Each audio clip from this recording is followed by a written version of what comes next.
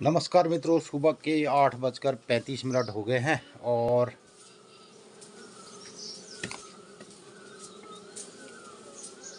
ये रास्ते में हमारा पड़ता है बी हाउस, मधुमक्खी का जाला।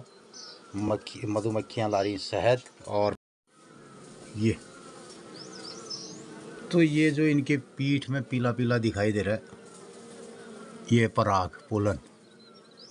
और जिनके पास कुछ नहीं दिखाई दे रहा उनके पास शायद है, वो दिखाई नहीं दे रहा। और ये जो हिला जा रहे हैं बड़ा बड़ा, ये पीठ में ये है, ये पोलन है, पराग। ये ज़्यादा ये दोनों की टांगों में आपको दिखाई दे रहा।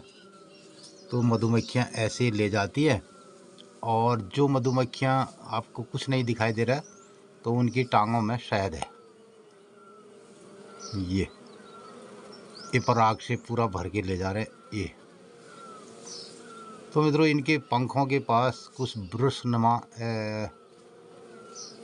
होते हैं।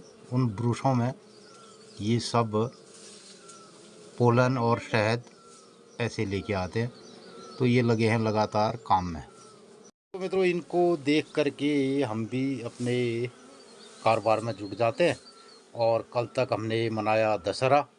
तो मित्रों, हमारे लिए गांव पहाड़ और खेत खलिहान वालों के लिए दशहरे का मतलब होता है कि अब नए सीजन का कार्यक्रम शुरू करना है और फसलें खेतों से आने वाली हैं। तो किसानों के लिए यही त्यौहार का एक सिलसिला रहता है। और तो मधुमक्खियों की गुनगुनाहट के साथ हम भी लग जाते हैं काम में। मौसम में कुछ बादल दिखाई दे रहे हैं और धूप भी कम है, तो इसका फ़ायदा ले करते आज दिन भर काम करते हैं और देखते हैं क्या क्या काम हो रहा है इधर हमारे खेतों से। तो मित्रों, बहुत सारे जो अवशिष्ट हैं खेतों के, ये तो इनको आज हम सब उठा के इनको जलाएंगे। तो मित्रों, इनको जलाएंगे दूर खेत में जहाँ पे हमने लगानी है सब्जी मिर्च। तो राजू भाई आ गए हमारे। राजू आज थोड़ी हेल्प करेगा हमारे साथ, और ये ले जाएगा ये। तो ये बहुत अवशिष्ट और बायोमास हमारे खेतों में और बगीचे में जो है, इसको सब उठा के जला दिया जाएगा। तो मित्रों, इसको जलाएंगे हम खेत में, और खेत में जलाएंगे तो खेत में हमें इससे कार्बन भी मिलता है और फसलों के जो अवशिष्ट हैं उनको जला देना ही उचित रहता है। तो राजू भाई ले गए हमारे घर। अब लग जाता हूँ काम में, और ये सब खेतों में जितने भी हमारे पेड़ पौधों के कटे हुए पत्ते, बायोमास और बहुत सारे अवशिष्ट हैं, उनको आज उठा करके हमने डालना है खेत में। और वहाँ करेंगे अगजाला, यानी कि उस खेत में मिर्च बोएंगे। मिर्च बोने के लिए अगर पहले अगजाला किया जाए, यानी कुछ हम बायोमास और जो अवशिष्ट हैं उनको जला दें, तो खेत में बहुत सारे जो पेस्ट है और इंसेक्ट है वो ख़त्म हो जाते हैं और नई फसल अच्छी होती है। तो मित्रों, ये किसानों का एक हक होता है। किसान एक नियंत्रित तरीके से आग अपने खेत में वर्षों से लगाते आया है, और ये एक हमारा जैविक तरीका होता है कि हम बायोमास को जलाएंगे। और उसमें जो पिछले साल हमारे खेत में बहुत सारे ऐसी बीमारियां अवशिष्ट और ये उसमें होती है, क्योंकि जब भी कोई जीवांश जीव मरता है यानी सड़ता है, तो उसके बाद उसके अवशिष्ट को जला दिया जाता है, दफना दिया जाता है, उसका प्रबंधन किया जाता है। ऐसे ही प्रबंधन हमारे जो फसलों के अवशिष्ट हैं उसका भी प्रबंधन होता है। अगर हम वो नहीं करेंगे तो हमारी जो आने वाली फसल है उसमें बहुत सारे कीट पतंगे ब्याज आ जाते हैं। तो ये एक प्राकृतिक नियम है। तो कभी कभी लोगों को लगता है कि किसानों ने पराली जला दी। किसान तो पराली जलाएगा ही जलाएगा, और अगर नहीं जलाएगा तो उसके खेत में आने वाले टाइम पे फसल नहीं होगी। ये हमारा एक प्राकृतिक और जैविक तरीका है जो वर्षों से नियंत्रित तरीके से, ऐसा नहीं कि हम आग लगाएंगे तो अनाप शनाप आग लगा देंगे। तो ये नियंत्रित तरीके से अपने खेत में जो हमारे फसलों के अवशिष्ट हैं उनको वैज्ञानिक भाषा में भी ये सलाह दी जाती है, जिन भी खेत के जो अवशिष्ट हैं जिनमें कोई रोग कीटाणु व्याधि आती है उनको जला दिया जाता है। ये तरीका है। तो आगे बढ़ाएं इससे पहले आज सुनो आप लोग आज एक दिनचर्या की बात से की तीस से की त्यार से। मित्रों नमस्कार, सुप्रभात। मु गाँव पहाड़ उत्तराखंड पिथौरागढ़ जिले गंगोली हाट तहसील जेजूट गाँव बटी कमला जोशी बोल रही हूँ।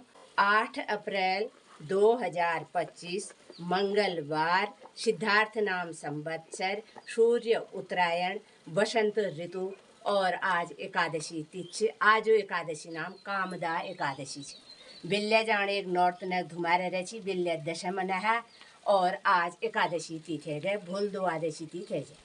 तो मित्रों हमारे घर बटी समण में ये मैया मंदिरा देवदार देखी रुन।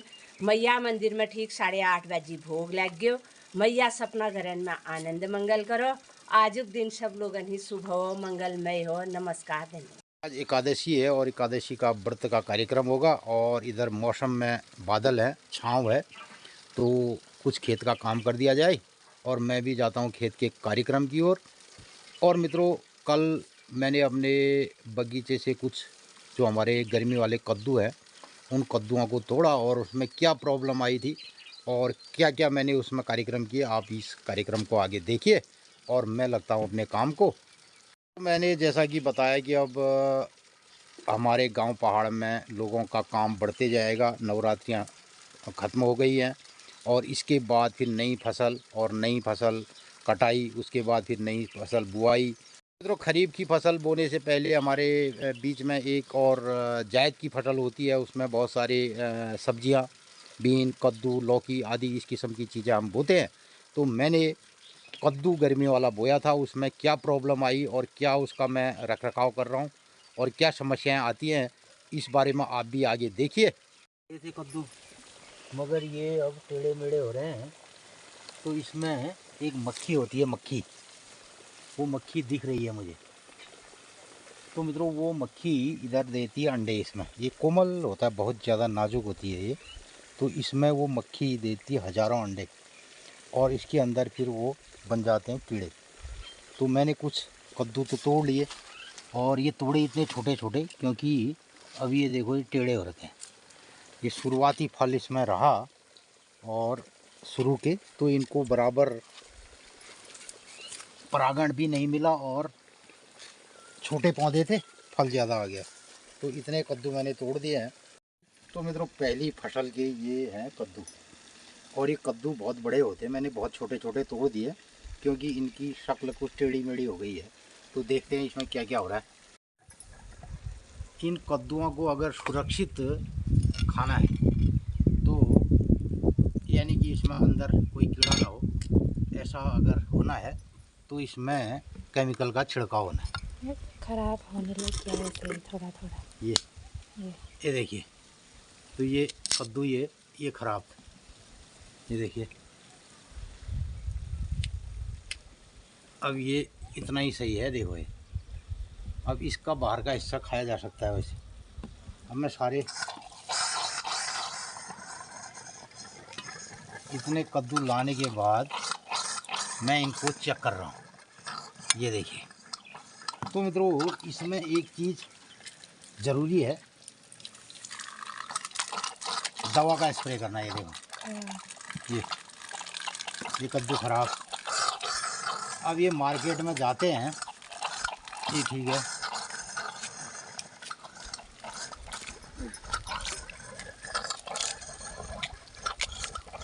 तो पूरे कद्दुओं को चेक कर रहा हूँ मैं।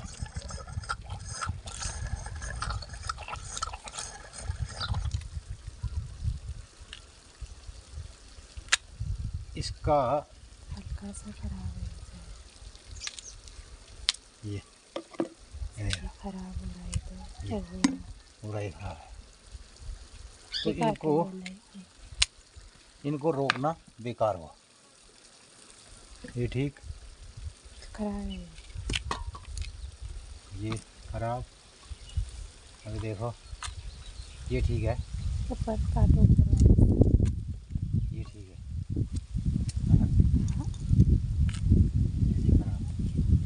इतने कद्दू निकले हैं, ये खाया जा सकता है।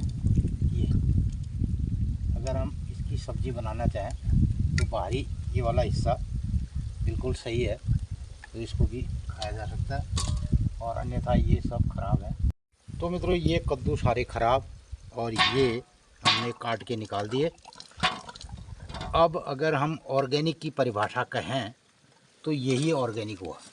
अगर ये कद्दू में कीड़ा नहीं लगा है तो समझो इसमें दवा डाली गई है निश्चित तौर पर। अगर इस कद्दू को बगैर दवा के बचाया नहीं जा सकता। अभी के सीज़न में कद्दू हो, ककड़ी हो, लौकी हो, जितनी भी जो अभी ये इस सीज़न में बेल वाली फसलें हैं, उन फसलों को बचाने के लिए इसमें एक लाल मक्खी, उसका नाम मैं अभी भूल रहा हूँ, वो लाल मक्खी देती है अंडे।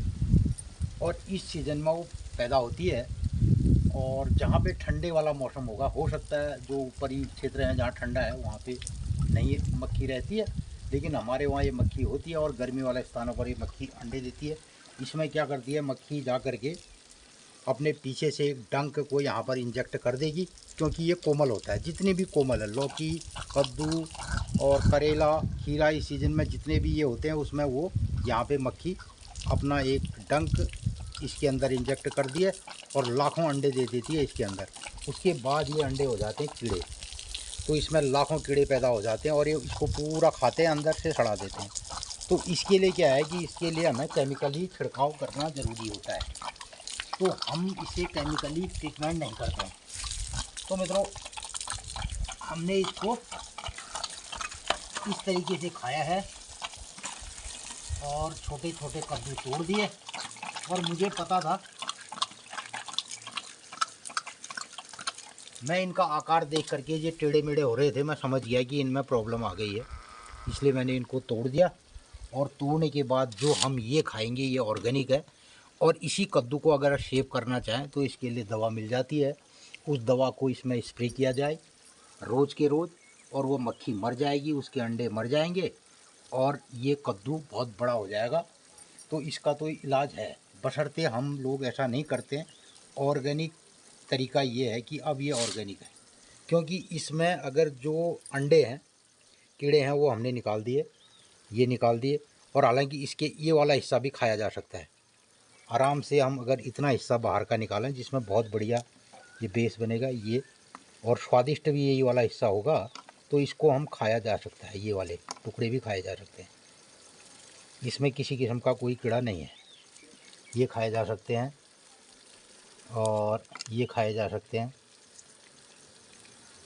तो यहाँ पर इसने ये दिया है, देखो यहाँ पर इसने डंक दिया अपना, और यहाँ से अंदर इसको इंजेक्ट किए अंडे। और ये अंडे अब इसके अंदर बन के पूरे कद्दू को छड़ाएंगे, खाएंगे और अपने लिए आहार बनाएंगे और कद्दू को छड़ा देंगे। तो मित्रों, इस सीज़न में जितनी भी सब्जियां हैं, जितनी भी बेलदार सब्जियां हैं, उसमें ये निश्चित तौर पर होता है। और इसको ठीक करने के लिए इसको हम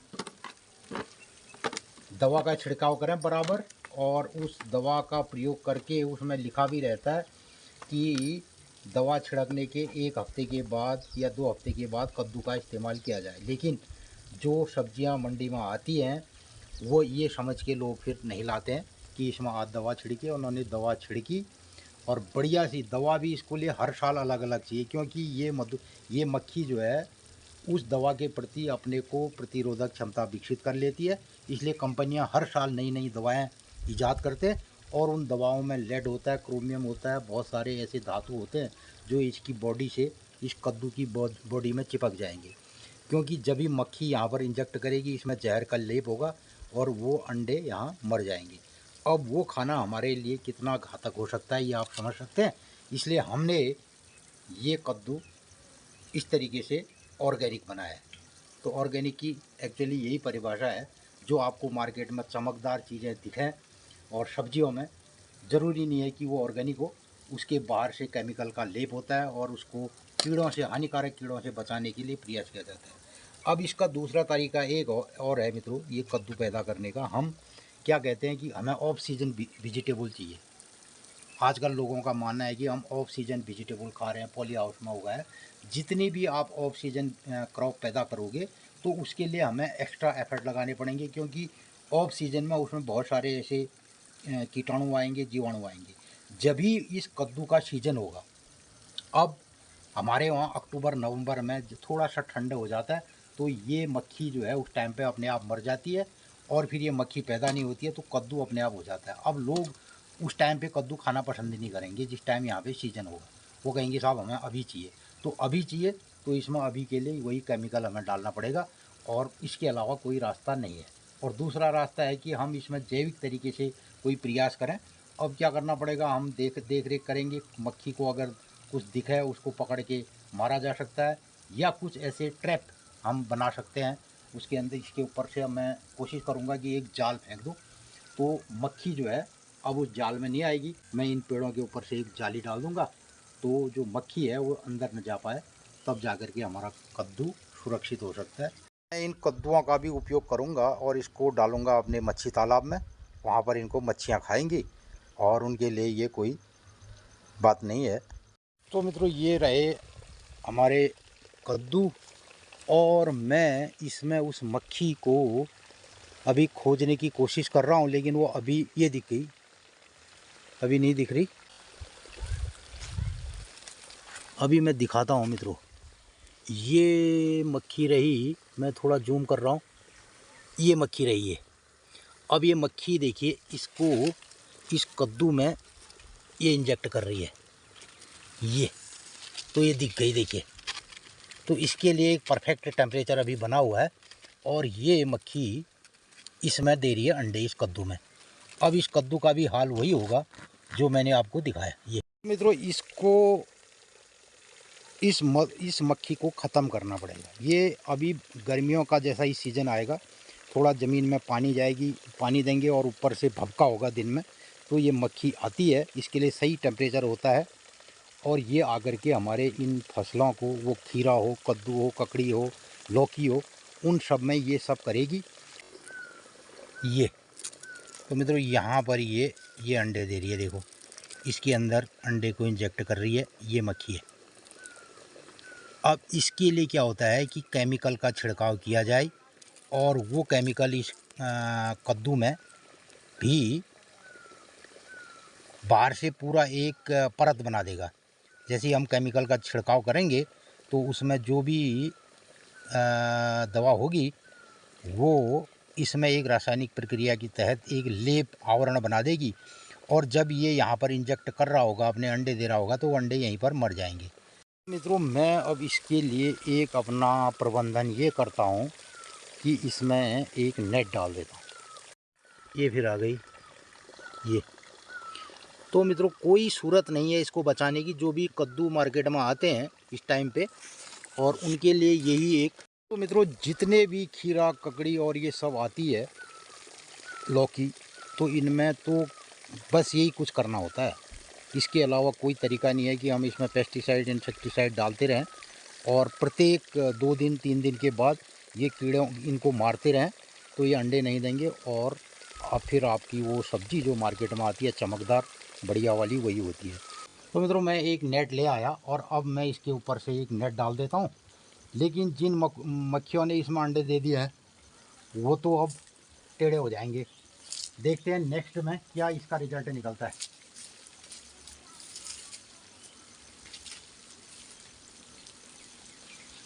तो मित्रों, मैंने कुछ इस तरीके का प्रबंधन यहाँ पर कर दिया अभी। अब जिन कद्दुओं में मक्खी ने अंडे दे दिए वो तो खराबी हो जाएंगे, उनमें टेढ़े हो जाएंगे, और देखते हैं आगे वाले कद्दुओं में क्या होता है। तो फिलहाल के लिए मैंने इसको जहाँ जहाँ पे मिट्टी से भी मैंने इनको दबा दिया, ये बना दिया। और हालांकि मैंने ये पहले कर देना चाहिए था। अगर मैं ये आज से 1 हफ्ते पहले ऐसा कर दिया होता तो निश्चित तौर पर मेरे कद्दू बढ़ रहे होते। इसमें ये अब ये मक्खियाँ रास्ता ढूंढ रही हैं, देखिए यहाँ पे मक्खी है। तो मित्रों, देखते हैं इसका क्या परिणाम आता है, और आने वाले 1 हफ्ते के बाद मैं आपको बताऊंगा कि हमारे कद्दुओं में क्या अंतर रहा। हालांकि इसके अंदर थोड़ी समस्या आएगी इनके परागण की। तो हवा के द्वारा परागण हो सकता है और मधुमक्खियाँ भी इसके अंदर नहीं जा पाएंगी, तो मुझे नहीं तो हाथ से भी उस परागण इसमें करना पड़ेगा। तो ये सब कार्यक्रम मैंने कर दिया है, और मेरे पास जो बचे हुए कद्दू हैं मैं इसको अपने यहाँ फिश पॉन्ड में डाल देता हूँ। ये शाम का दृश्य दिख रहा है, और इधर हमारे ये पीला एक पौधा जो है लीची का पौधा सूख गया, तो और ये आड़ू नीचे, और ये लीची में इतना बौर आ गया देखिए। तुमले साग जगाते हैं।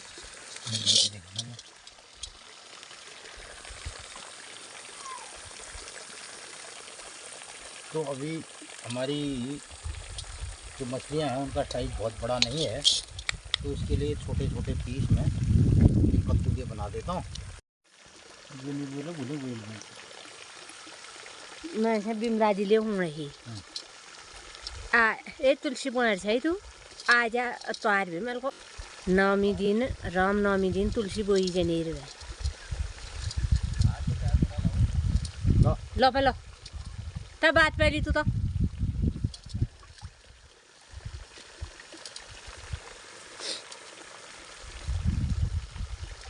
तो मित्रों ये रहा हमारा फिश पॉन्ड, और इसमें अब मैं ये सब्जी यहाँ खिला देता हूँ मधुमक्खी इनको, मछलियों को। उतर पे ही दिए 15 तब मैं देखने को मिल रही है ओ पार वचन मासू देखो तो ओहो 3 सारे लाग दे अनु नहीं लाइन में लाग दे अनु या। तो मित्रों ये मछलियों के बारे में मैं विस्तार से आपको फिर तो सारा कद्दू ये अब इस तरीके से जो भी सब्जी होगी इनको खिला दिया जाएगा। तो मित्रों हालांकि अभी ये बहुत छोटी है।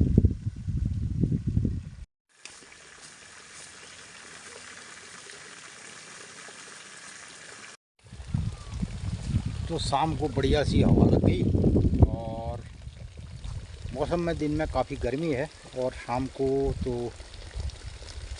ठंड हो जाती है। तो मित्रों इस तरीके से हमारा जैविक प्रबंधन रहता है और पूरे अपने फार्म में किसी प्रकार का हम केमिकल का इस्तेमाल नहीं करते और भले ही चीज़ों को अदल बदल के लगाते हैं और उनके जैविक तरीके अपनाते हैं और बहुत ज़्यादा उत्पादन की भी नहीं सोचते हैं। तो ये एक तरीका हमारा रहता है। बताएंगे किसी और ब्लॉग में मैं मछलियों के बारे में और अपने फिश पॉन्ड के बारे में बताऊंगा।